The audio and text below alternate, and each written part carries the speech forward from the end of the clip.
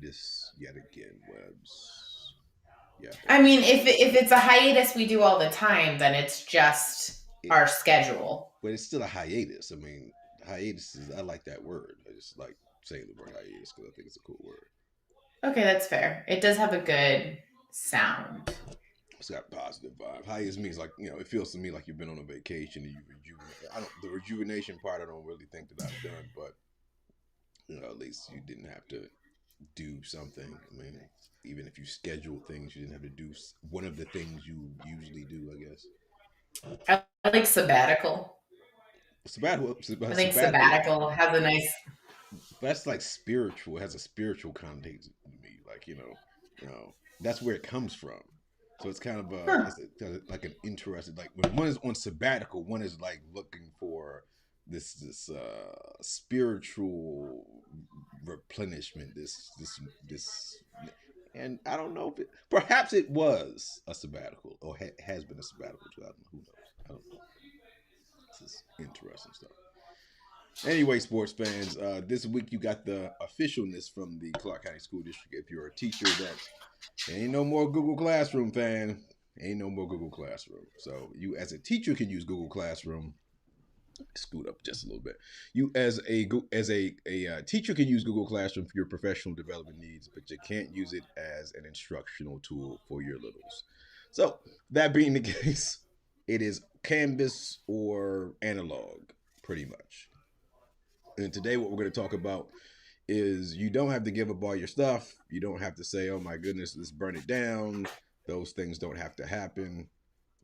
I'm working on another little very interesting solution. I need to try it this week with my students. It's a good thing about teaching summer school. I can experiment with live students and see if certain things work or don't work. And then the next time on Thursday when we come back, I'll be able to tell you if my hack of a hack actually works so that you can actually do all of the things you were doing before. But again, that's for Thursday's episode. Webs. What would you say to somebody who is saying, well, if I can't do Google Classroom, then I'm just going to go back to the way things were? As somebody who is a huge Dante Alighieri fan, once the doors close in hell, man, ain't no going back out. So the only way forward is forward, and to attempt to utilize what we would all say at this point is outdated pedagogy as a basic basis in which to teach students. I don't know. I think that's borderline irresponsible. At this point, you're seeing again a number of different companies coming out, either having hybrid work weeks, allowing people to stay fully remote if they would like.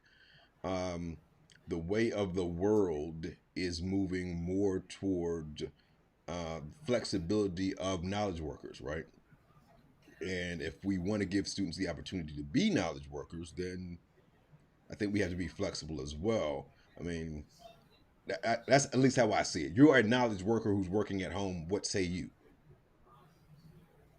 Oh, I mean, this is, preaching to the choir, but like the efficiencies you get with building content on an LMS, and I think there's been a lot of like, oh, why do we have to use Canvas, that kind of a thing, and reason being like it gives students like it's the tool that's the chosen tool for higher ed in Nevada and a lot of California as well. So there's a consistency there. If they're going, as they move up, they don't have to learn that tool again or learn a different tool. It's the same. And yeah, sure, over their 18 years it may change, but for now and for the foreseeable future, it's going to be the same. And then there's a lot of skills that transfer, but I think that there's so many efficiencies you gain by like putting your tier one content into Canvas and then focusing on that small group work. I wish that had been a thing that I could have used when I was in the classroom because like I was trying to move in that direction without the support of like a clear LMS. And yeah, it's just like if I were back in the classroom, that's totally how I'd roll because then students, one, they all have devices. Two, like they now have content that they can follow at their own pace. They can review it when they go home. Parents can see the lesson firsthand. And then you can really put your energies into the students who need it most. So I don't know why you would, even if you're face to face with students, I don't know why you would go away from using an LMS and being digital. Also, like you said, knowledge work is the way things are going. If kids aren't learning these skills, then you end up with adults who like don't know how to choose a computer other than by brand. And that's not a great place to be. I mean, also, I second everything that you just said. But in addition, there is a you would be creating more work for yourself, not learning how to utilize the learning management. Excuse me, learning management system, because using either disparate digital tools that don't all mesh in one place or using analog methods is just going to further stress you out. And I think after the year that many teachers had this last year, stress isn't what we want. The only thing that I am, a little perturbed by is the timetable of the announcement. Now, this something should have been announced in August of 2020. Everyone had an entire year to prepare and say, okay, we know this is the last hustle of Google Classroom. Let's start to migrate work over to Canvas. Let me try this with real students. Now your beta test is going to be with students in August. That is not going to go well. We know it's not going to go well because you're beta testing the entire school district at one time rather than having teachers being able to do their own small little tests and see what works and what doesn't work. And really, like, we've been talking about this being a likelihood since October, November, I want to say. Since August of last year. Since August. Like Oh, okay. literally I didn't realize it. anyone who Yeah. would listen fundamentally was like, you're probably going to have to make that switch, bam. And it's just very weird what the politics are, perhaps, of why that announcement was. They waited till last week to do that. I have no idea, but it's very interesting. Again, I have no idea what the mechanisms that are involved with deciding something like that. But also to take that tool totally away from teachers as an option for their instruction for their students, also interesting, right? It exists, but it only exists for grown-ups. Interesting to me. Somebody made a good point too that like Google, even if you didn't use it as an LMS for rostering in certain external tools, like there's far more integrations with Google Classroom than there are with Canvas. And even if you use that like either to roster or as a feeder for information, it still would have been useful to keep it. And the funny part is like it's not as though they're like getting rid of it, you're just shutting off that feature Yeah, I mean, for I some would say reason. the rostering thing, like since Infinite Canvas does roster it anyway, like the rostering is going to happen regardless. So, I mean, I wasn't talking about just Canvas. I'm saying other tools that integrate with Google Classroom oh, that might like you can bring your whole class in and roster that external app using Google Classroom that you can't do it with Canvas. that is what I'm going to be attempting to do this week. So by Thursday, Oh, there are a number of things I'm going to be trying this week in summer school to see if they work as roundabout circumventions of the current situation. Now that I know for an absolute fact there will be no Google Classroom, so this is it has been hot working summer school, but the blessing is experimentation with actual students to be able to say, "Hey, let's try this. Does that work? No, that don't work. Does this work? No, that didn't work." And figuring things out. So we will experiment. We'll see what pops off. There's a number of things because just because we can't get through the front door of Google Classroom doesn't mean that we couldn't get in the back door of Google Classroom. So crawl through the window, yeah, whatever. it's what the hustle is. So that's kind of what we're a little behind, but I mean we wanted to kind of start off with that. So Webs, as always, we start with our ask a software developer question. Oh, that's not the right slide. There it is. Is there value in using existing work? So say I've done like a crap ton of work previously, or I found somebody else's stuff that solves a problem or whatever. Should I feel bad about utilizing somebody else's stuff? Should I say, hey, this stuff is, it's not mine, or I made this 2 years ago. This is not obsolete. Like, as a professional in a software development world, what say you? Absolutely not. Like also, if ever there was a field that that uses and stands on the shoulders of other people's previous work, it is software development. So when I first started in software, like in tech, I felt super bad using libraries. So libraries are basically like somebody put together a whole bunch of like tools, scripts, whatever that does a certain thing. And it makes it really easy for you to build whatever thing. So, like, for example, any website you go to that manages time, they probably use a library that's built into the language that they wrote it in for dealing with time, because time is actually a really complicated thing when you're talking about trying to bring up representations of things and people in different time zones and time changes and whatever. So yeah, I thought using libraries was cheating, and that is 100% not the case. In fact, I just discovered a new open source project on Friday. I've been looking for a replacement for Text Expander, which is basically like you type a shortcut and it expands out. Say like you type EML and it expands out to be your email address, or you type AADD and it'll expand out to give you your address, that kind of a thing. I like Text Expander, but it's been really buggy lately, and so I've been looking for a replacement. Bring in, I think it's called Espanso. I think it's Espanso. Hold on, I have a tab open. Let me get it accurate. Yeah, it's called Espanso, and it's an open source project, so it's free. I just downloaded it and you set it up over command line, which is fine for me. Like, I wouldn't recommend it for like the average user because there's not a graphical user interface or GUI. But for me, it fits the bill, and it's open source. Someone else has already created it. People have started adding like little packages to it. So like somebody did like all the emojis as shortcuts. Somebody did like the most commonly misspelled words as shortcuts, that kind of a thing. So in my line of work, using stuff other people have built or things that I have built for myself that I use over and over again, we use a concept called modularizing. Like, we'll take chunks of code and like put it into little packages for other teams to use, so that it's far more efficient. If we wrote it, we want to give it to everybody else so that they don't have to write it, and then it's really consistent across every team. So for my field, that is something that's the smart thing to do. So no, I don't think people should feel guilty about it at all. Like, work with other people, split up the work, reuse components of what you've done.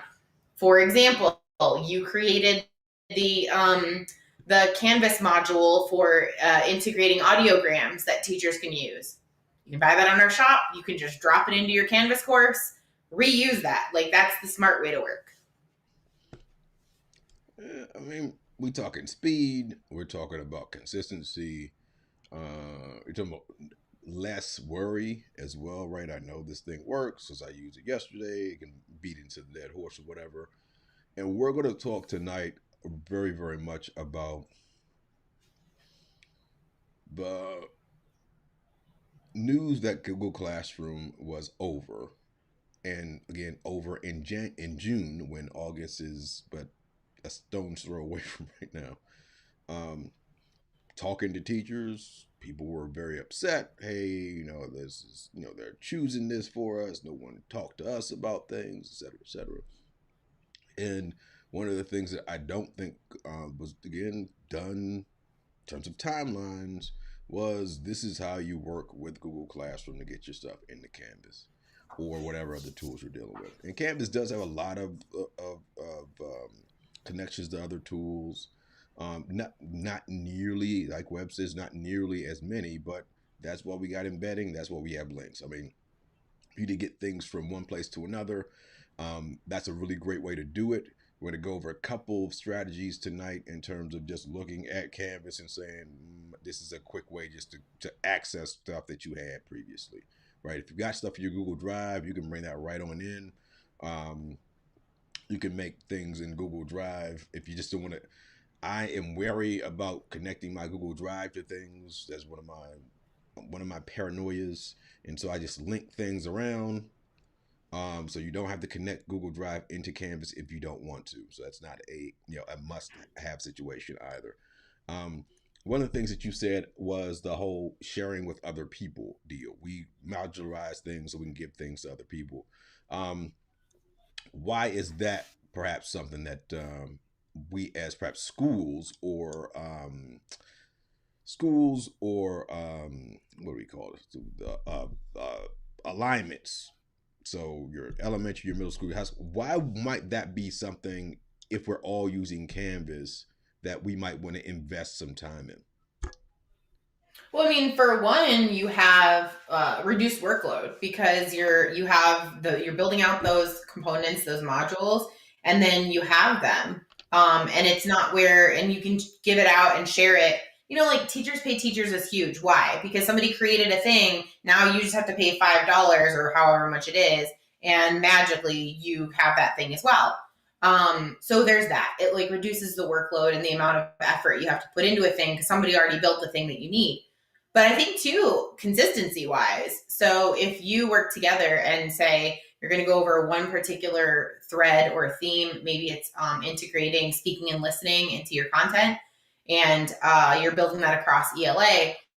If you get together as a vertical and you say, hey, we're going to build this, this, and this, here, now I can give it to you. You can look at it, say, you're a third grade teacher, I'm a second grade teacher. I can give you my content and say, here's what I'm teaching them in second grade. This is exactly what it looks like. Then you can build your third grade version and know that okay, I can take these concepts and work them into, what works for my grade level. Or you could even like do sort of grade band, like faux skills, or not skills based, competency based learning. Because let's say I have a kid who's really struggling, maybe I go to my second grade teacher and say, or my first grade teacher and say, hey, what do you have module wise for this particular topic? Maybe I can give that kid that particular module and assign it to them. And it just makes it a lot easier to pass content around. There's no like prepping any kind of materials. Everything's already built in. You have all your links, you have all your videos, and it doesn't take anything away. It's not like I have to ask Mrs. Smith to make me 3 extra copies for these kids. Like you just give me the module and I have as many copies as I need. So I think consistency and reducing the workload are going to be two really big payoffs in using those modules and using that like modularizing across grade bands and verticals. Yep. All right. So the first thing we look at is building work outside of Canvas. So if you did not use Canvas last school year, your work is not in Canvas. It didn't magically link over and stuff. It's in Google Classroom or elsewhere. All right. So one of the things that I am going to experiment with, and I don't know exactly when, and this is what I'm going to try tomorrow, to roster kids in Google Classroom tomorrow. I don't know if they have already cut off Google Classroom for students or any of those things. If they haven't, this is one of the things, and you could try this as well if you're a summer school teacher. Think about if it is possible or take a link. All your assignments in Google Classroom have links to them. Take the link and put it in Canvas and have the kids click it in Canvas and see what happens. Just for kicks and giggles. Just a very quick experiment. If it doesn't work, you're no worse for wear. It doesn't matter. It didn't work anyway.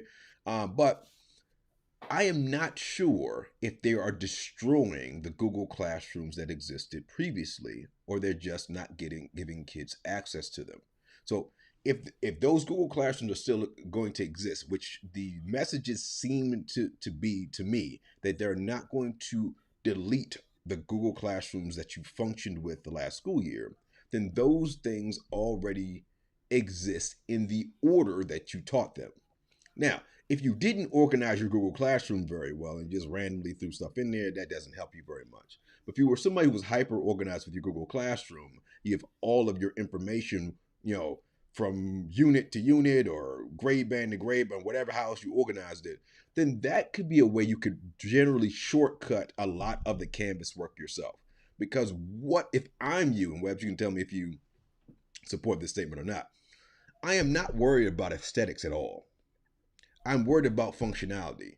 Can I take assignments that I know work, that I know the order in which I want to teach them and the kids are going to have access to them, and simply bring those all into Canvas? And I can worry about making them pretty in December or January or next school year. I'm simply trying to get work from one spot to the next at the beginning, and then we'll worry about making them super pretty later on. What say you, Webbs? I mean, that's the approach that we take when we build solutions in tech is we make it work first and then we go back and make it elegant.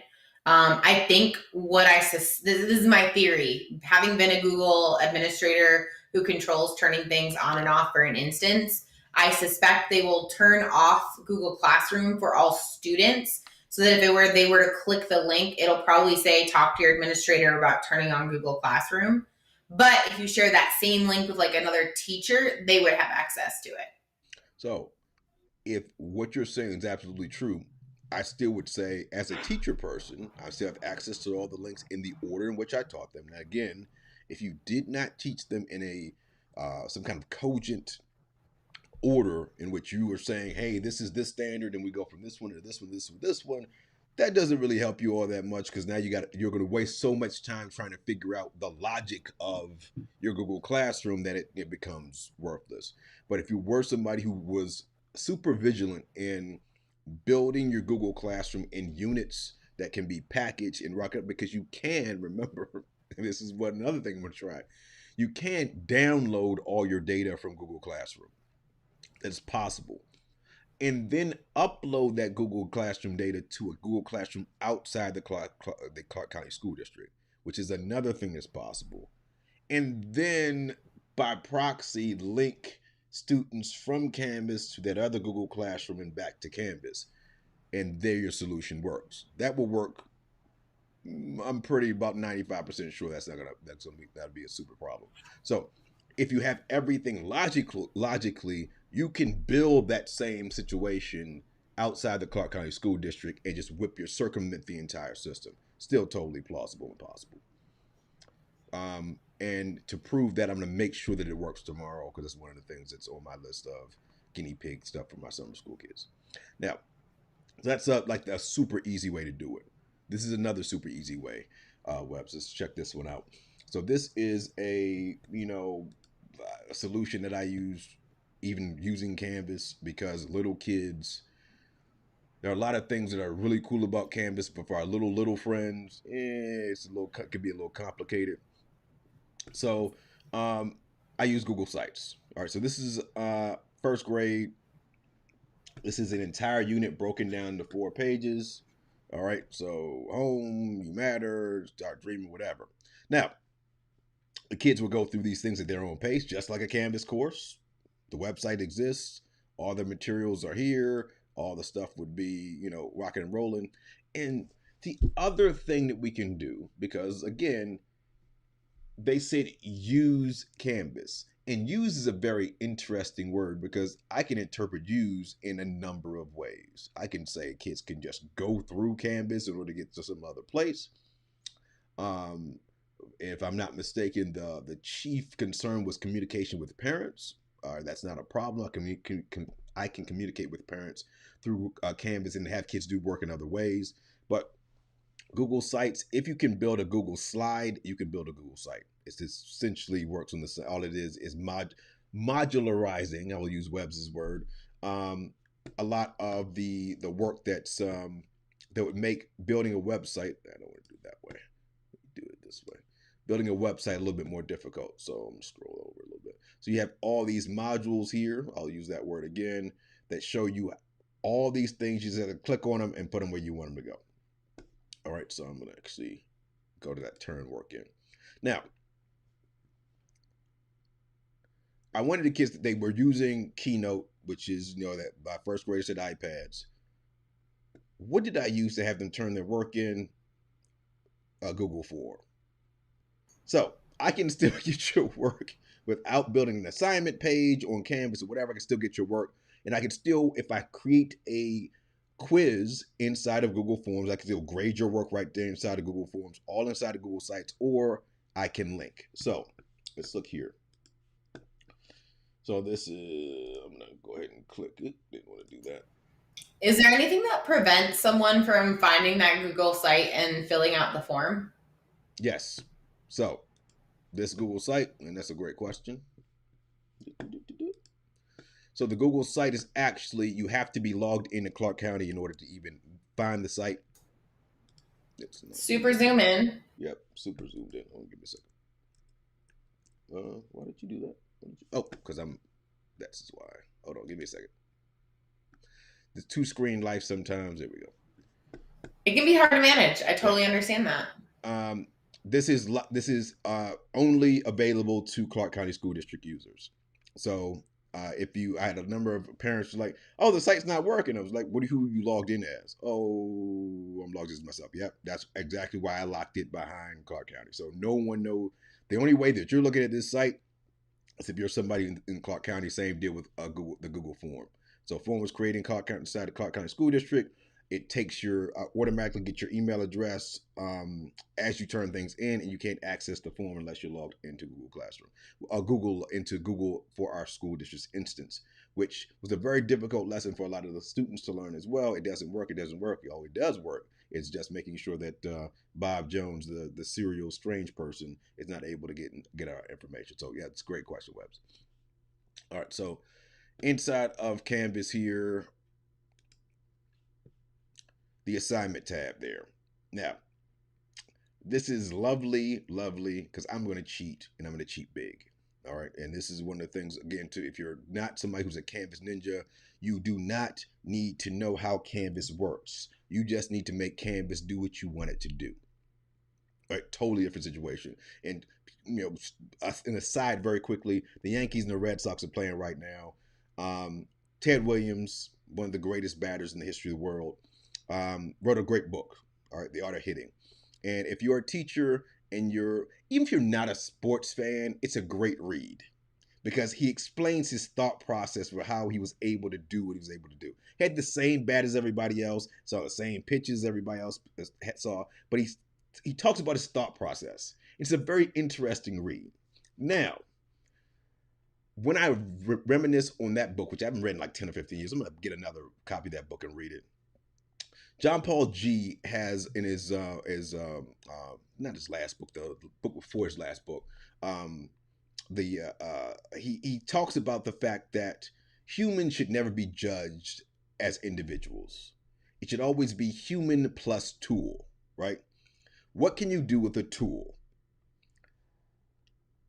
With the tool being something that's under your control, not something you're controlled by.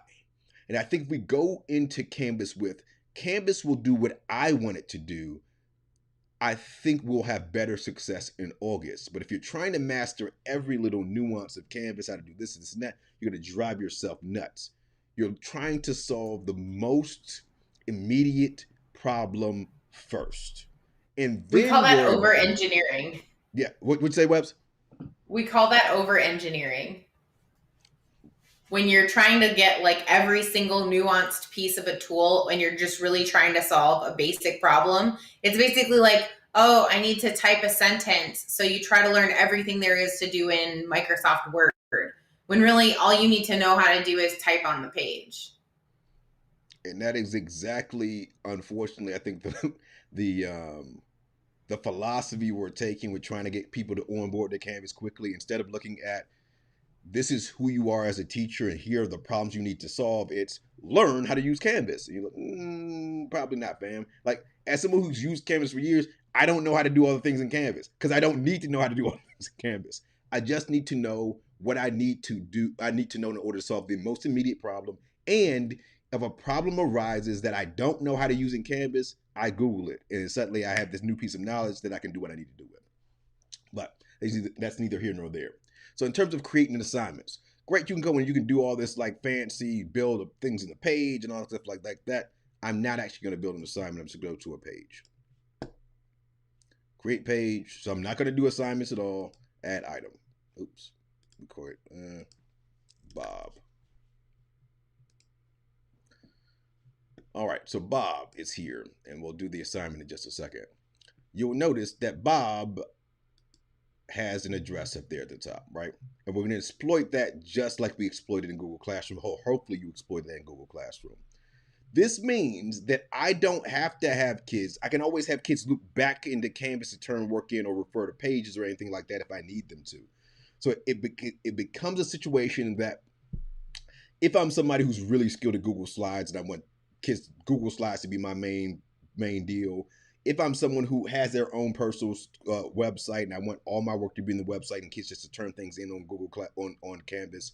If I'm somebody who has another learning management system of some other sort that I really dig, I think it's a lot easier for me to manage because I've been using it for years. I can still link back to have kids turn things on or turn things in rather in Canvas without learning all of the nuances of how to do it.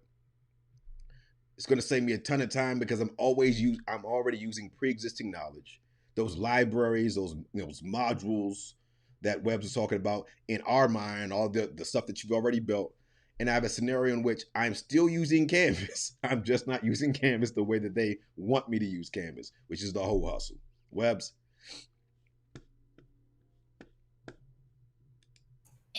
Sorry, I was on mute. No, I totally agree. Like, you don't have to learn all the things. Just focus on what you. I really like the way that you phrased it, like framed it too. Like, where are you at as a teacher, and then do those things you can do in Canvas. Don't worry about all the things. I feel like this is one of those situations where like social media can be kind of damaging because you see what other people are doing, and then you feel like, oh, I have to measure up to that instead of focusing on I need to get the content to my students. I can make it pretty later. And really, to get the content to your students, you just need to know how to make a page and put words on the page. Maybe link to something. But that's it. So don't try to like figure out master paths. Even that, if you already have a way to get work to your students, right? You've already you've got slides and pay and whatever. There's no reason to even learn how to reintegrate or start to type information into Canvas that's going to take you at this point, because again, this is another caveat. If you're looking at time, you don't have a lot of time to do this. If you decide to take your mental health break, as you should during June, and just say, I'm going to turn my brain off and I'm not doing squat. Or if you're someone who's working summer school and said, I'm going to do the same thing in July. Or if you decide to take 2 months off because you know what? You've earned it. Time isn't on your side in terms of getting this spun up. All right. So I think we are forced to use the shortcuts in order to do that, to make this even viable for this coming school year. It is not going to be possible for you to spin up entire, Sistine Chapel Canvas courses in a week. It's not something that's available for you. It's not going to happen.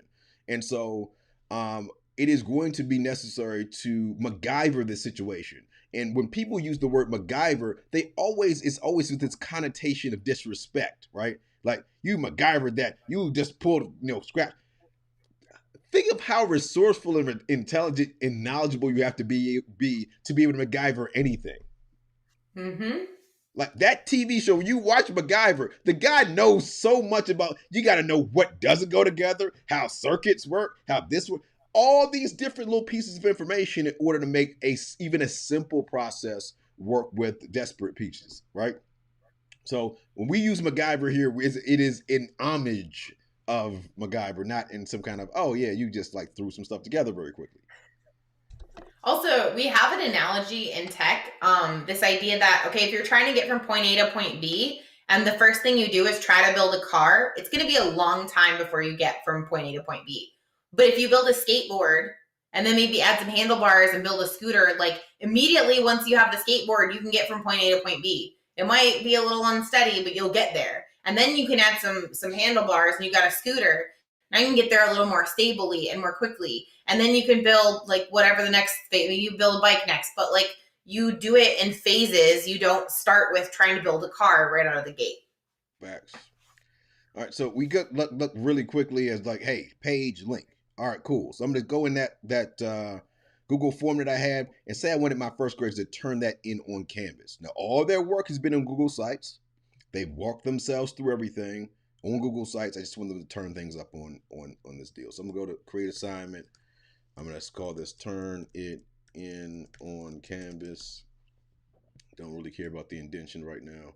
And again, one of the things to kind of make sure that you are filtering is as you're taking Canvas courses this summer, if you choose to do them, you are filtering information out. You're being very, very, very selective as to what information you're paying attention to and which you're saying, no, I don't need that. and skipping through the modules saying this is nope, that's too much. I got a tool that does that already. Like taking inventory and stock of what you already have pretty reliable processes for. And then looking at, okay, this is a piece in Canvas is going to allow me to, this is a better process rather, because Canvas allows me to do this without having to do these other 27 steps. All right, cool. I might want to make that leap. All right. So here's turning it on Canvas. Great. Now, one of the reasons why you might want to just utilize the assignment and assessment, the assignment pages is because you can build the rubrics right in on the assignment pages in Canvas. So I don't have to have that scenario there at all. All right, I'm gonna go ahead and edit this. I'm not gonna build a rubric for this because of time, but great. We can type the information here, turn your stuff in. Great. You can add pictures and videos and links and things from your Canvas studio, all that wonderful stuff. I can put the points there, so great. And this is the value in this part is twofold. All right, one, I see, right? So be able to go right to your grade book and stuff, having the kids do work outside, wherever they're going to do it, and just build. You could build whole modules of just assignments. Like you're going to do everything over here, and then the modules turn the assignment in. Over here, they turn the assignment in. Over here, they turn the assignment in. So you have that, the grading feature is going to be available for you. Also, the other functionality here is this. So here's my assignments. I'm going to do it in points, submission type. So perhaps I want kids to do things, submit in a number of different ways. All right. So I'm going to go and hit online. So now I can say, maybe there's a kid that wants to type their response. Maybe there's a kid that's going to build a website or has their stuff on an external website that's going to put their URL there. Perhaps the kids are going to go and record something for me. They're recording a TikTok or something. I'm not going to do student annotation, but say the kid, one of the assignments is to go and edit somebody else's work or whatever, and the student annotation is going to be there. File uploads as well. So I could go ahead and throw those things up there. If I want a kid made a movie or something, I want them to upload the movie, and they decided not to link to their Google Drive or whatever, they can upload the movie as well. Great. I'm going to keep the unlimited attempts there. If there was a group assignment, I can click that, and Canvas does do a good, cool job of, allowing you to put kids in groups or grouping kids so the kids can work together. That's kind of cool. You can require peer review. So if you wanted to do that kind of aesthetic property of kids being able to look at other kids' work and say, hey, this is really cool. I would change this or whatever. You can do that. All right. You can assign it to different people if you would like and change the availability. All right. Wonderful. And again, you could do the rubric situation. Now, for our purposes, I'm going to hit the save button. I'm going to publish this very quickly because I want the link. All right. Cool. And you will see up here, it says assignment. It has a little number by it. Cool. This is a unique identifier for this particular page. I'm going to copy that. Go to my Dreamer page here, and I'm going to say, look, yo, embed by URL. That URL, that works. I'm just going to keep it as text. And I would throw something like turn it in on Canvas here. To make it even better, I would put a picture there and link to actually add a picture as well, make sure the picture was linked. But for our purposes, that's the quick and dirty is there. Oops, do that up. Thank you. I'm actually going to also change that to a heading. And I'll take that and okay. Always forget about this. There we go. All right, cool. So the kids will go ahead and that would link directly to the assignment as long as the kids was enrolled in your class, which they should be auto-enrolled by IC into your course. All right, so you don't want to work next school year. There was a number of teachers that were working from workrooms for some strange reason. Don't work from workrooms when you're giving work to your students. You'll have your course. Make sure you put all your stuff into your course. So you'll have that situation and scenario there. But as long as that kid's in your course, you'll click there, go directly to that in your course, and that is published. It'll go directly to that assignment that can turn it in, and God bless America. And suddenly we've stopped. I already had my modules. My module essentially is built here. I don't want to have to rebuild this inside of Canvas because this works already. The other thing I can deal with is, always do this. 2-screen life. I want kids to turn that information there on as well. What's another like really quick thing that I can deal with. I'm gonna go back to modules webs. Come on, dude. 2-screen live. Oh, shucks.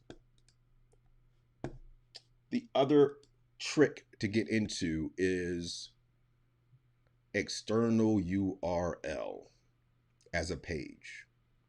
So I'm going to click that external URL. It's going to ask me what the URL is. So I'm going to come up here, click the publish site. I'm actually going to go there. And I want that information. So again, this already exists. I don't want to rebuild my website. Information is there, page name. I am a dreamer 2. Loaded in a new tab that works. Don't worry about the indents. So we did add item. And you see how the icons, so icon for assignment, icon for external tool. So if I were to publish this very quickly, if I click on that, if I'm a kid,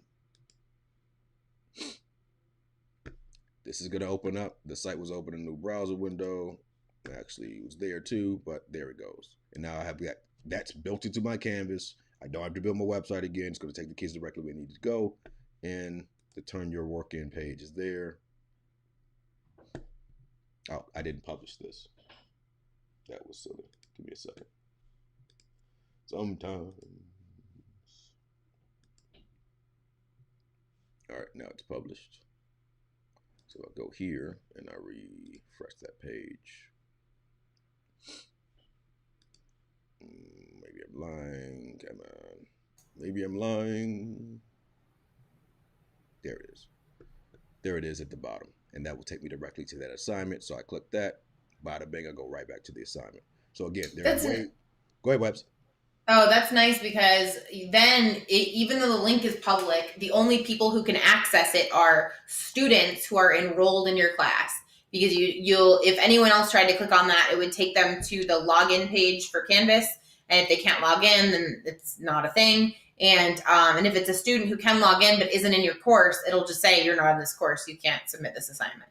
And literally those things already existed. So I did not take any extra work to rebuild things that I knew that I was going to teach. It's just throwing those things in Canvas very quickly. External tool, external URL, and then I made my assignment. So when the kids turn the assignment in, I can grade them right inside with my Speed Grader. So if I need to use Speed Grader inside of Canvas, I can use Speed Grader as well.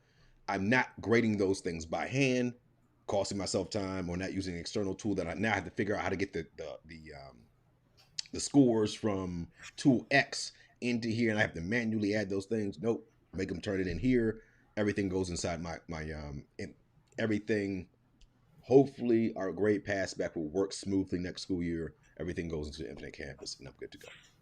Also, in terms of, so we call this a layer of abstraction. So let's say that they do move away from Canvas. Next year, they're like, oh, nope, we're back to Google Classroom. If you have your courses set up in Google Sites, all you have to change then is that assignment portion on the bottom. You don't have to change everything. You don't have to worry about moving it all out of Canvas. It almost seems like this might be the smarter way in some ways. Like if you're just starting out and dipping your toe in the water and you want to make sure like you're complying with what's being asked of you and whatnot, that partnership between Google Sites and Canvas seems like a pretty solid one. Or PDFs. Like, I mean, in the grand scheme of things, if you just want to do, let me kind of deal with that. Say you're a teacher that is someone who has a lot of their books on PDFs, and you got assignments. I mean, I make keynotes that are kind of that way as well. There's nothing that stops you from saying, oops, 2-screen life. Nothing stops you from saying, let me go here, hit the plus sign, go inside, and saying, you know what? What I want is a file. I can create a file. I can choose any file on my computer, and I can have kids go to that file as well. So you have a bunch of PDFs and things on your computer that you want kids to be able to access. Bada bang, you're still there. So this is where I talk about MacGyvering. It's using your imagination to reimagine a process that someone else told you have to do. And so looking at the tool and saying, I am not trying to work harder. I'm trying to look smarter with my existing knowledge base. How do I exploit Canvas, but still make it do what I want it to do, not being at its mercy? And I think that is, again, what we're going to be preaching all summer is this is a tool, but you are in control of the tool. Now, this is a tool that's going to be controlling you, ideally. What say you, Webbs? Yeah, I agree. Like it, I've been tweeting at the same time that we're doing this. And I think a good comparison is like, if you're hungry, you don't have to become a Michelin star chef before you eat. Like, just make a sandwich, man. Or why make a sandwich? Just eat the bologna. And then Sure, that would work too. Like, what do you have in front of you, and how can you put that together to solve your problem? bada bing. And you don't have to like, go to the Culinary Institute of America or whatever and get a degree in cooking before you decide to eat something. Man, and that is the hustle with like necessity being the mother of invention, right? When you're broke and you don't have stuff, you figure out how to make all kind of weird things pair together to make sure your stomach is full. And you're like, hey, that might not have been the way it was supposed to be done, but guess what? I'm not hungry anymore. I used to eat cold kidney beans and green beans mixed together for some strange reason because they were like really cheap at Walmart. And you're like, all right, cool. I didn't have a microwave, so I just mixed them bad boys together and rocked and roll. It's a delicious, weird, highly beanie situation. Indeed. All right, next topic. We got a couple minutes.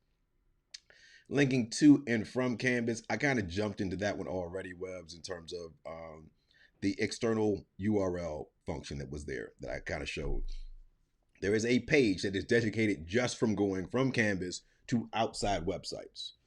So that would mean that tools that you are already familiar with, again, and I'm going to use Formative as an example, but if you're talking about like, I built all my stuff in some kind of tool, to Webb's point at the beginning, a tool that I was able to roster my students utilizing Google Classroom to do. And now I'm not able to do that. You could still kind of quasi do that just by utilizing the external tool. Also, you can download your student roster as a CSV, and that's going to be important as well in Canvas. Download it as a CSV and be able to upload that very, very quickly other places. One of the things I would say with that would be either giving your kids nicknames, obscuring kids' last names in the CSV so that their whole names aren't there, and making sure, of course, that their student numbers and things are not associated with them. Those aren't in CSV. Pretty much, Isabel M, Joseph B, or one of the things I like to do with kids at the beginning of school years, make up a gamer tag. What's your alter ego, Joe? And we're going to call you, we're going to utilize online, you're going to be that person.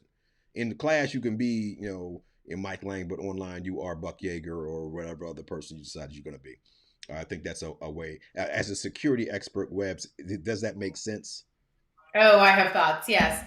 Yeah, I think that's a really important thing to point out, especially in this era of things. One of the most common ways that you have data leaks isn't actually like those really big like ransomware attacks. It typically is like human error.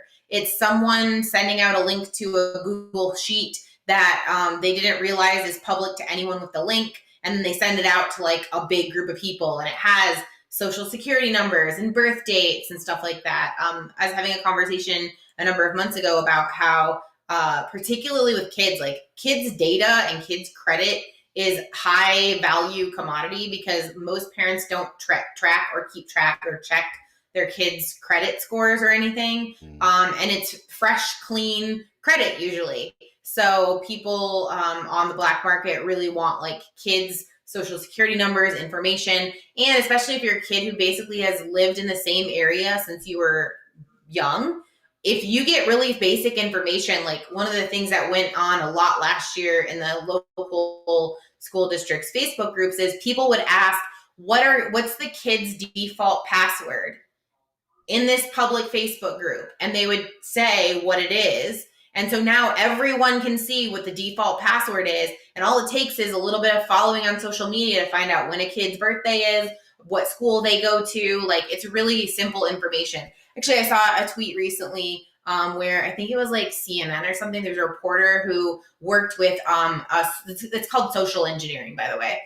Social engineer who what like convinced she made a call to a an airline and got or no a hotel and got all of his hotel points sent to her saying that, oh yeah, I'm such and such, because she had gotten his address and like he had posted on social media that he bought furniture from someplace.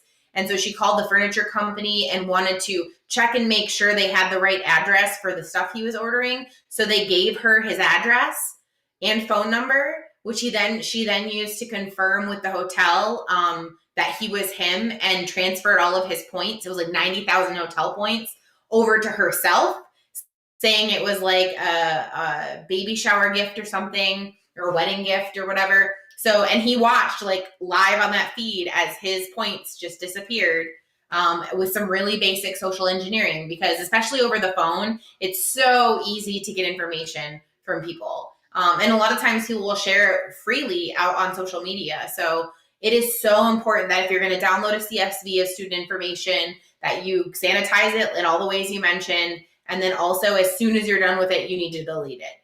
Don't upload it to anything that you don't have permission to upload it to. You have to be very protective of that data, because that's where most of the common breaches come from. And I think again, having the idea that your classroom is Xbox, right? No, I don't know half the name of the real names of the people that I play Xbox with. It's all gamer tag stuff. I couldn't.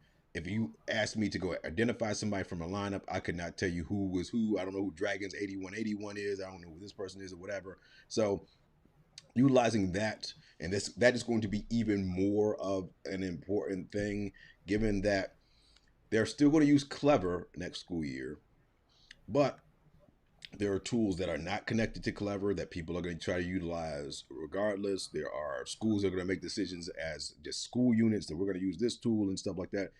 Just making sure that you don't, like Webster said, you guard your students' data as if it was your own, and you also look into your own security practices.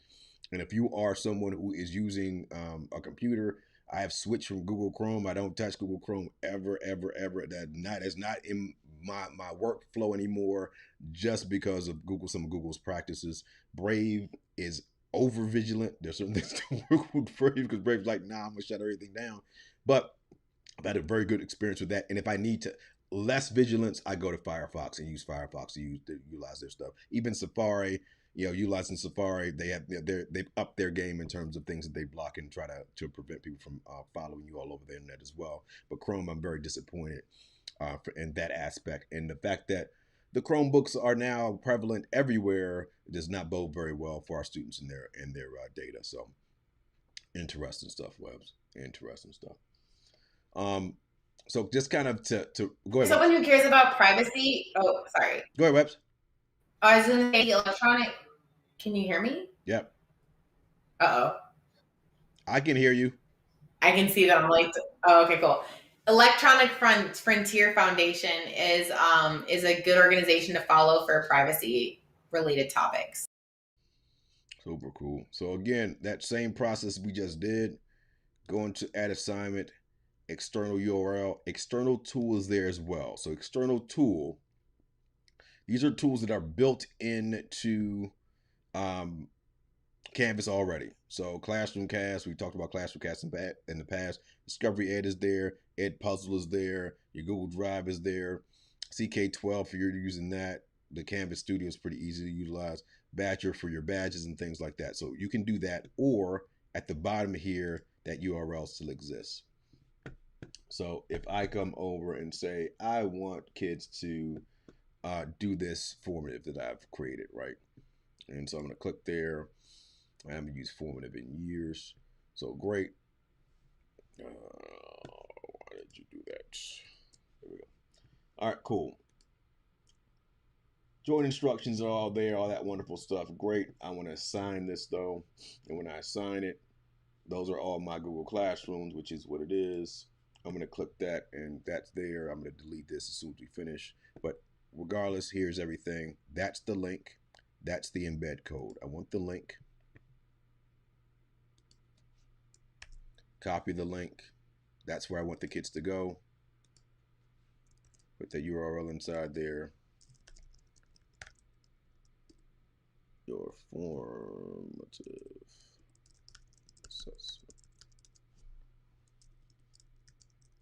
All right, cool. I want that in a new tab. And then add the item.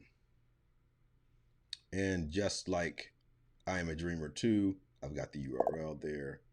I click on it. You stink. All right, that kind of stinks. Let's do this. Let's edit it. Get rid of that. And I thought Formula was actually a tool they had built in there. Obviously, it isn't. So when in doubt, just use the external URL. It'll go directly where it needs to go.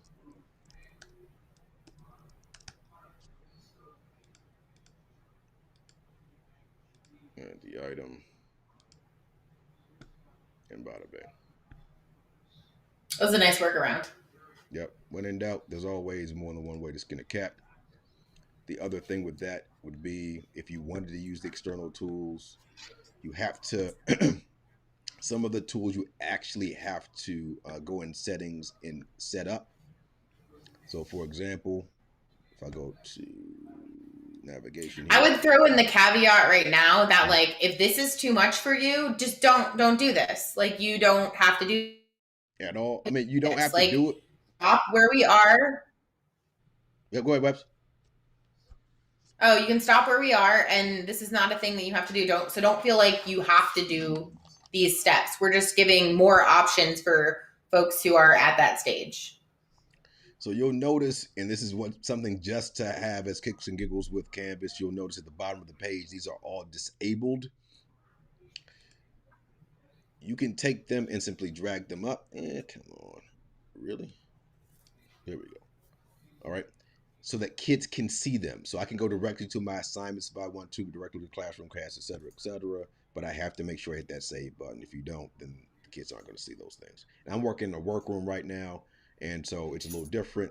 It's one of my little summer playgrounds here, just a little bit different. But one of the reasons why you want to do that is you want kids, these are all of the things that kids are going to see on that left side. If you're secondary, the left side of the screen is not going to change this upcoming school year.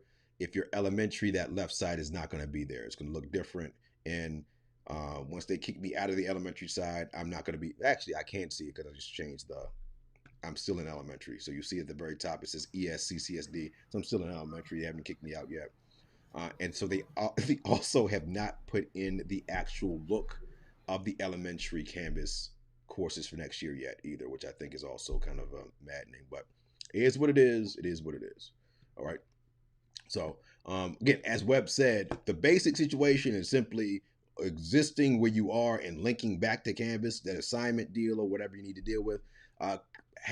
You do need to teach kids how to log in from Clever into Canvas. That is one thing you need to walk through your students doing, because I am pretty sure those, if you're going to be working in August, those logins are going to be monitored in some way, shape, or form, and the powers that be are going to be able to say, okay, this teacher isn't even logging into Canvas, etc. Because the expectation again from the message is that's how you're going to communicate with parents, and so it is going to be necessary that you have that functionality in place.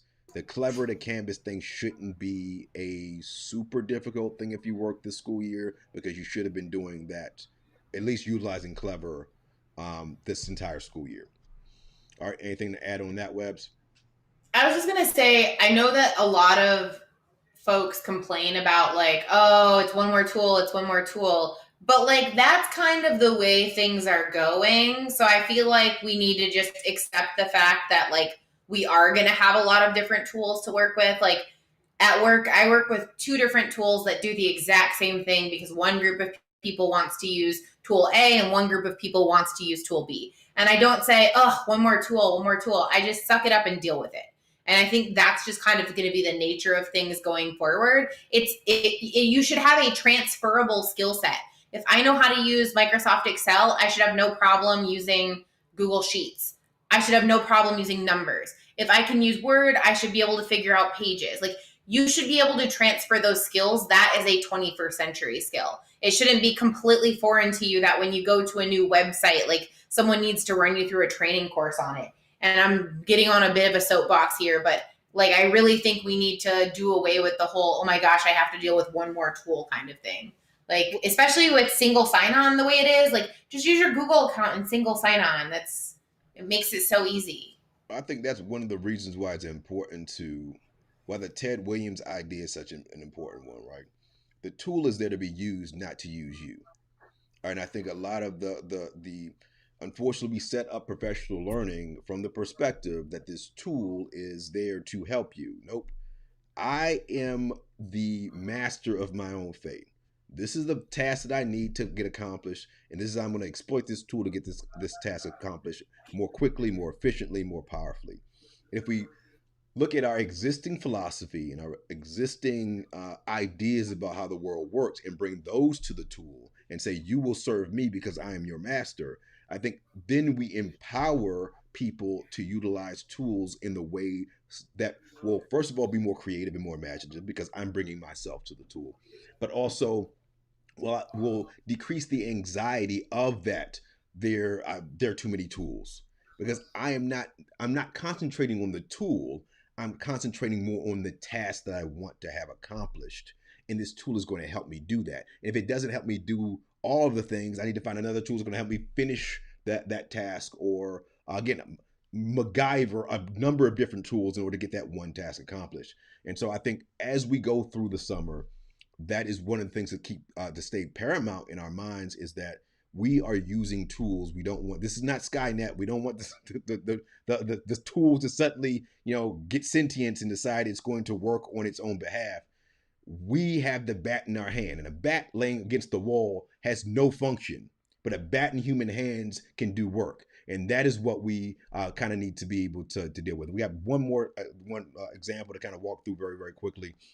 Then we'll close our show today. So the last deal here is the idea that embedding yourself to glory. And we've talked about this over and over and over and over and over and over again. Simply embedding something from one spot to the other one and saying, I don't care if it does not have fancy bells and whistles and a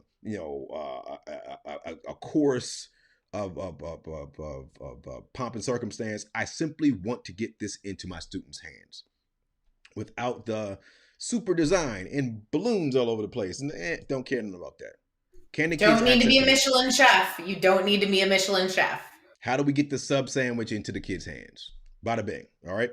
And so that embedding function, many of the ed websites that you already use give you the ability to embed that content into a different place. It already does that. Speaking of tool webs that can do all of the things that we talked about today, Wiser, again, if you are not someone who's invested in Wiser, if you would have built all of your work in Wiser, you'd be laughing right now. Because all you would have to do is embed your stuff all the way through and like, peace out, I got my stuff there. So Wiser to me is like, this is a tool that is screaming for people to use it. Use me, use me, use me, use me, because it gives you a lot of the ability. It's essentially a learning management system as a single page on a third-party website. Gives you all those functionalities.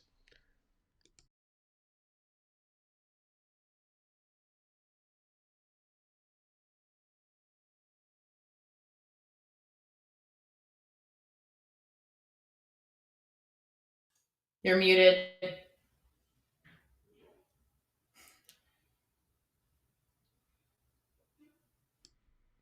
Muted myself. There you My go. bad. I just want to call out the fact that even folks like us who have been dealing with technology for quite some time, and as a software developer, I have never yet been in a conference room that we could figure out. Like, even people who work on technology day in and day out still struggle to figure out how to make sure that whatever's happening in the conference room is working appropriately. All right, so Wiser, again, I should own stock in the company because I give them shouts out all the time. Wiser is very cool because you can roster kids with Google Classroom, but you can also create a classroom code as well. So you don't need Google Classroom to connect to Wiser. Classroom code, if you build your stuff in there, you just give the kids the code inside of Canvas, and suddenly kids are inside here. These, essentially, they're not worksheets, they're websites. And I don't know why they continue to disrespect themselves with the word worksheets. They're essentially a website that you can produce that will allow kids to do any number of tasks in one place. So it's essentially taking the Canvas page idea, letting you build it outside of Canvas, and simply link or embed it inside of the situation. If you're not someone who does Wiser, this is a great tool to start to experiment with, because the learning curve here a lot shorter than a learning curve in Canvas in terms of all the stuff that's there. But iframe generator, if you're someone who, if the tool that you have doesn't give you a native embed code, this is a tool to utilize in order to do stuff. It is free, doesn't cost you squat, and it works about 65-70% of the time. Like, you will have some websites, the Apple stuff is not gonna want to embed. Your Google stuff is not going to embed, but they have their own. Google has its own native embed code. You don't need to go and use this tool to embed your Google form or your Google slide or your Google Doc or anything like that. All right, and it's just as simple as, hey. Also, shout out to PBS Learning Media. They've done a lot of upgrades on their site. If you're not someone who deals with PBS Learning Media, get familiar, man. Get familiar. You can log in with Google. This is another way to roster. So I'm going to sign in really quickly. You can also do class in Google and PBS Learning Media as well, and simply have the kids do all their work in PBS and then turn their work in on Canvas. Again, your imagination is the only thing that is going to limit you in terms of how we work this summer. The only thing. But say I want one of these deals here. I say I'm, I don't know.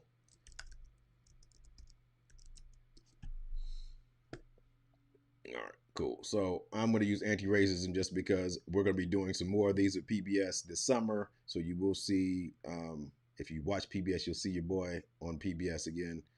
We'll click that. Cool. So these are all the stuff that we did last year and whatnot. There, you can download the videos, there's transcripts and all kind of stuff like that. But hey, if you notice here, there's no way to actually, I can download it and I could upload it again, but that's an hour and 4 minutes. That's not something that's gonna not eat up a lot of space. And so I can favorite them, I can assign it or whatever I want to. I can do the Google Classroom thing, but that's not a viable situation. So I'm gonna come up here and I'm gonna copy that. Go to my iframe generator, and I'm gonna call this PBS anti-racism. And I'm gonna change the width to 1200 pixels. This is all pixels right now. You could change it if you wanted to percentage. And I'm gonna make that 800. All right, scroll bar, you can add a scroll bar if you wanted to. If you want to add a margin to either the height or the width, you can do that. I'm simply gonna throw the URL in there. Great, and let's preview it. Didn't work. So again, did that purposely. That one doesn't work. Now, the one I know works. So PBS, it was working all last summer. It worked all the way into the last month of school. And then PBS, somebody got wise, was like, nope, we're not gonna let you do that anymore. And then I had all kind of kindergartens and first graders like so perturbed because I was embedding their games right into the website and the kids just play. They didn't have to go look for games and stuff. It was super awesome. But I'm going to go to more flex. Yes. So more flex is super cool. And this is one of the things that, like, if you want to like add some sexiness to your classroom, letting kids do more flex is so it's not like I need to add fiber to my diet, so I add more flax. Yes, exactly. More flax. I love putting things on to Apple products, and it lets me do that really quickly and cool here in more flax. All right, so giving your kids the ability to say, "Hey, I want to have a Clay. I'm going to build my Google site, Mr. Lane. I want this iMac to be there, and I want my picture to be on the iMac." All right, super cool. Morphlax lets you do that pretty easily. Um, I love it. I pay for the service just because it's really cool, and I use it in a lot of stuff. But showing kids that this is just this nerd stuff.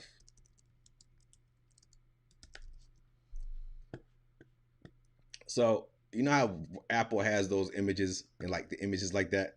Like kids can make these too. This is not like, oh my god, this is a special Apple. And when you show them they can make stuff, they're like, oh, that ain't nothing, Mr. Like I can do it. That's what we want, kids. We want to take the magic away from crap and say you are just as talented as the people that built this stuff, you know. And so it gives you the ability to do a lot of the same kind of stuff that Apple is doing here with the mock-ups and whatnot. Give kids the ability to mock things up and like add them to their websites and have them build that. Right now, my one of my summer school students, she wants to be a horror movie actress, and so her whole project for the summer is she has to write her own horror movie, has to shoot a trailer for it, and she has to build a website presence for the horror movie. That's what she has to do. And That so sounds super fun. showing her stuff, I'm like, all right, you got to be able to write this stuff. We need to go and script out what the trailer is going to look like.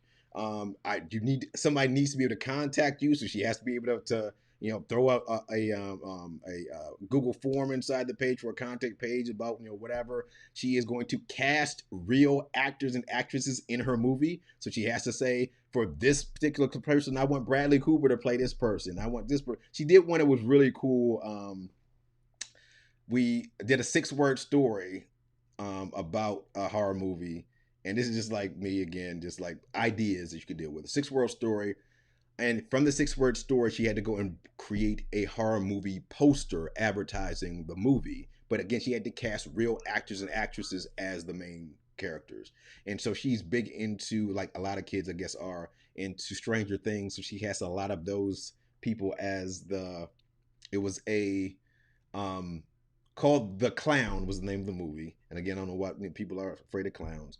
And the synopsis of the movie essentially was a young lady named Nadia was bullying some kids, and the young lady named Annie got tired of it, and because she was into witchcraft, she summoned this clown, but things got out of hand, and the clown went on this rampage in the town. I was like, I would watch that movie. That's kind of cool. I'd watch that movie. I mean, Sharknado is a thing, so why can that not be successful? I'd watch that movie. I would watch that movie. So I definitely was like very super proud of her. But anyway, the Apple situation there, Morphlax, wonderful. Will let you rock and roll and do stuff. All right. There is, I believe, all my kids still use the free app. So you get the free deal here, and then this is totally an aside here, but this is a great, in my opinion, would be great intro project to do in August, no matter what grade level you had kids dealing with. So with the free plan, you can create with one device. You get 2 scenes, which is really cool. You can export it as a JPEG, and all you do is delete it as soon as they're finished with it. So they can use that same one project over and over and over again. I'm not interested in saving it. I mock my JPEG out, delete that project, and I still have that one project out. So that's how I would roll with it. But Morphlax is like super cool. All right. And I do this one just because I like it, and we also like I have like the commercial license use is kind of dope. So if we do put this in stuff that people pay for, I'm not going to get sued. So that's another reason why you pay the money. But it's pretty dope. So I'm gonna take Morphlax, and this worked a couple weeks ago. Let's make this. Hopefully it works again.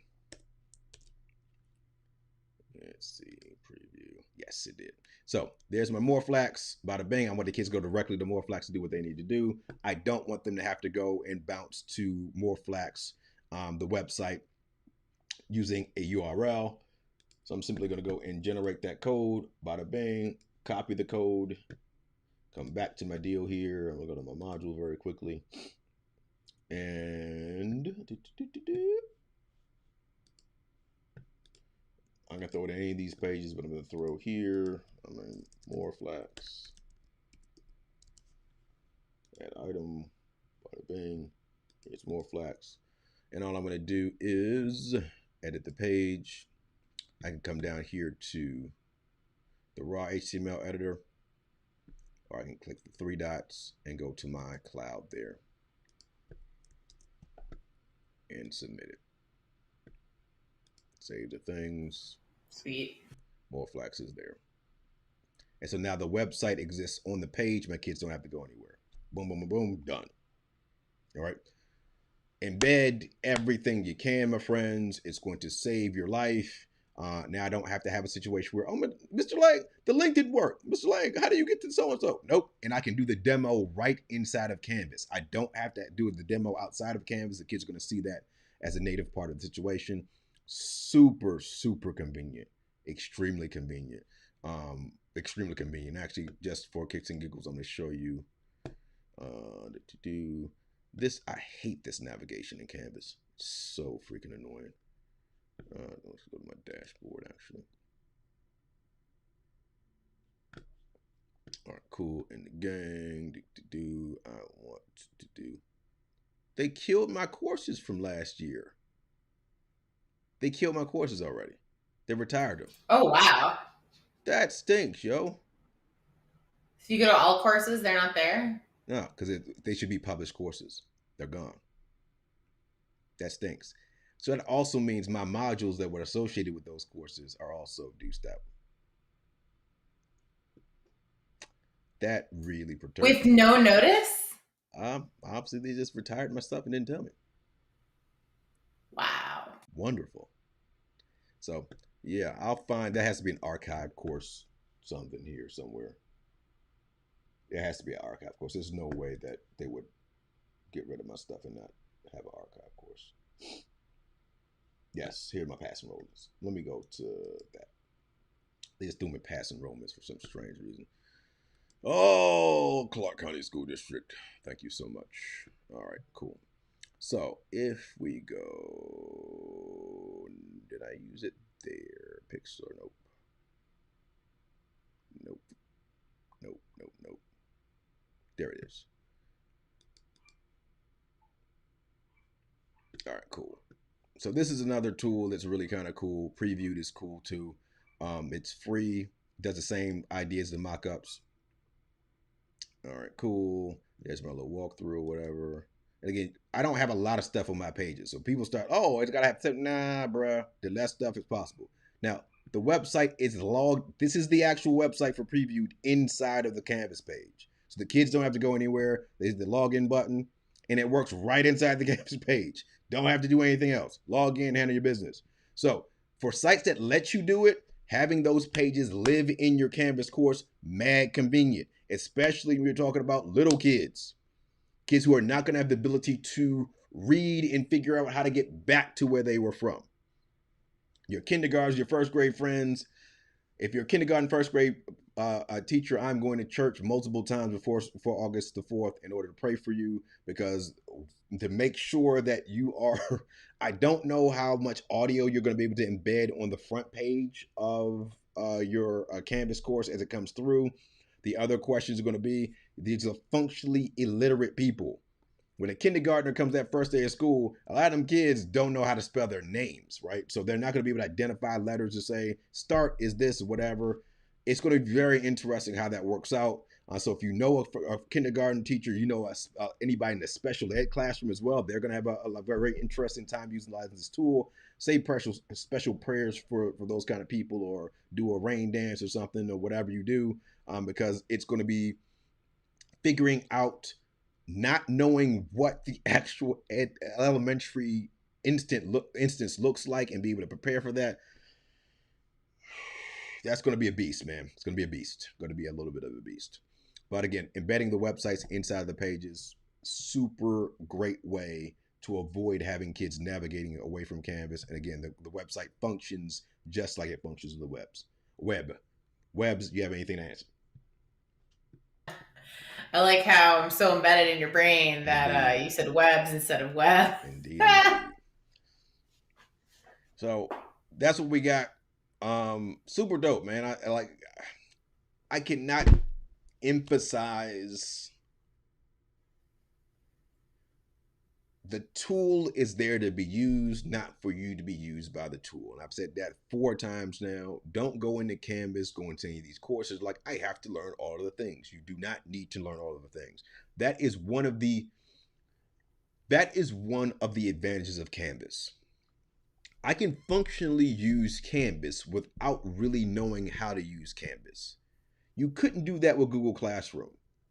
You had to know what buttons and what interfaces did what because the simplicity of the interface made it paramount that happened. All right, I had to know how to enroll kids, and if a kid wasn't enrolled or whatever, well, the enrolling process happens with IC in Canvas, so I don't have to know how to enroll kids at all. That's totally taken care of for me. I would have to know how to take the grade book from Google Classroom and put that in IC. You don't have to worry about that because IC and Canvas are integrated, so I don't have to worry about the grading either. You have to only worry about the simplest functions of your instruction, which is getting information to students. This is why that assignments, just taking the assignment and linking that to any previous things that you have available to you, even if you just did that over and over again. Kid watches your YouTube video on YouTube, turns the assignment in. No one says it has to be more complicated than that. And like Webb's alluded to before, don't go and look at other people's pages about this. You know, oh, look, I put 37 things on the page. First of all, I'm not looking at 37 things on the page, fam. You may have me 2 or 3 things tops. If you looked at my Canvas course there, it was like, this is what you're going to need. Here's a little video. This is what you're going to need. Here's a little. I'm not going to inundate you with information because what do we do when we are inundated with information? We shut down. Nah, it's too much, Mr. Lang. It's too many pages to read. It's too much of this. I know that as an adult, when I go and sit there, I need to go in I always use this example because no one does this. Wes, when you bought your new car, did you sit down and read the car manual? No. Why didn't you do that? I basically know how to drive a car. And I just kind of tested it out and pushed buttons to figure out what I needed to do. Are there things in your car that you don't know how to do because you didn't read the manual? Sure. So about 2 weeks after I got my car, the lift gate stopped opening. So I took it to the car repair place thinking like, oh, something broke. I need to get it fixed. Come to find out there was a button that disengages the automatic lift gate that I had bumped with my knee. And somebody just showed me how to fix that. And so that's how I learned about that. I don't think I've ever read the manual for my car. Any car I've ever owned. I don't think you could find a human that has read their entire car manual because the car manual isn't there to be read, right? It's there to be referenced. So if something goes wrong, let me turn to page 55 because again, my lift gate won't open. Problem, solutions in the book. Not, let me read this book that now has information that is of no use to me whatsoever because I don't need it. I'm just wasting my time learning processes that I don't need at all. And that is what I am fearing is going to happen with the Canvas professional learning, right? You're not focusing on teaching, you're focusing on the tool. So now people are going to spend their time learning how to use this tool in the vacuum. When I actually have to use the tool in August, now I'm overwhelmed because, you know, how many times did it happen to adults generally where it's like, man, I took that class like 3 months ago and I know they said something about this in that class. Now, it was so far long ago that, again, I'm having trouble recalling the information that I now need to utilize to solve problems. Rather than, let me do the basic crap. When the problem happens, then I know where the guide is. And if you are not aware, there are tons of people in the open Canvas communities that Canvas runs that you can go and just ask a question to when you need to. They give you the answer and then you can just leave. You don't need to watch no long videos. You don't need to do. Actually, I'm going to bring that up very quickly because I don't think a lot of people know that exists. We do have another show on Thursday. So we do. I'm going to throw this up very quickly just because I want people to know this, that you don't break your brain. Bada bing. 1.3 million members. All those posts, all that stuff is there. All right.